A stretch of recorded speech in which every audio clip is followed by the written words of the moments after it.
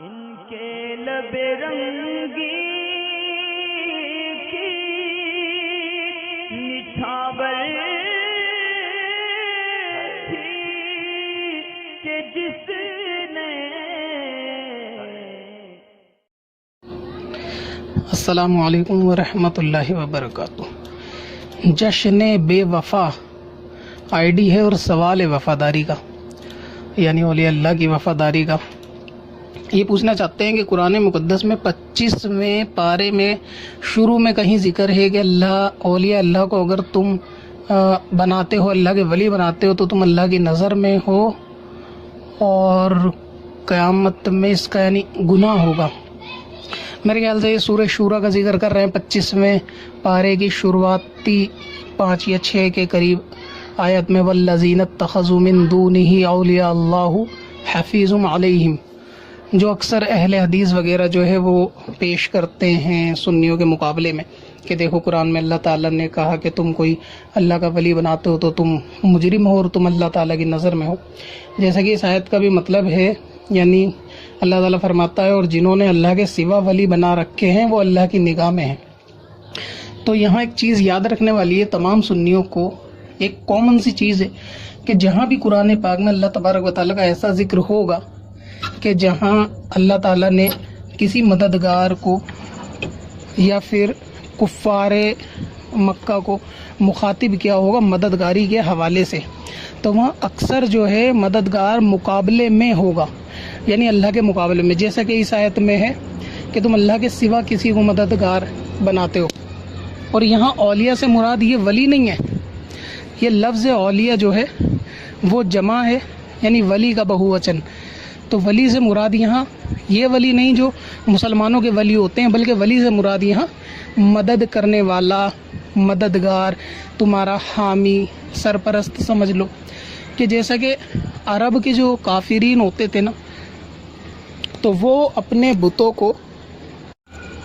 اپنا مددگار سمجھا کرتے تھے کہ جیسے یہ بارش برسانے میں ہماری مدد کرتے ہیں، یہ اس میں مدد کرتے ہیں، تو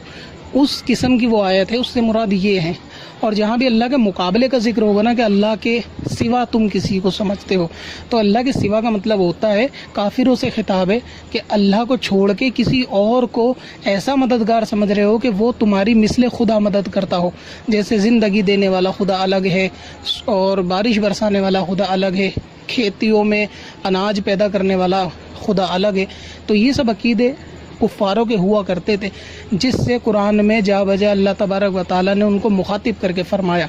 تو اس آیت کا بھی وہی مطلب ہے، اور صاف پتہ بھی چل رہا ہے کہ اللہ کے سوا تم جس کو، تو مطلب یہ ہے کہ اللہ کی ذاتی مدد کو چھوڑ کے تم کسی اور کو مدد کرنے والا سمجھتے ہو، یعنی اللہ کی ذات کے مقابلے میں لاتے ہو، شریک کرتے ہو، اگینسٹ میں لاتے ہو، تو یہاں یہ مراد ہے، نہ کہ یہ کہ اولیاء اللہ کا ذکر ہے، کیونکہ اولیاء اللہ کی جو مدد ہے وہ اللہ کے مقابلے میں یقیناً نہیں ہے، نہ مسلمان کا ایسا خیال۔ ان کی مدد اللہ ہی کی مدد ہے، کہ اللہ کے واسطے سے مدد ہے، اللہ کی عطائی مدد ہے۔ تو یہ آیت کے جو اہل حدیث وغیرہ یا وہابی وغیرہ پیش کرتے ہیں قرآن پاک کی کہ اللہ کے مقابلے میں تم کسی ولی کو لاؤ گے، تو یہاں اس ولی سے مراد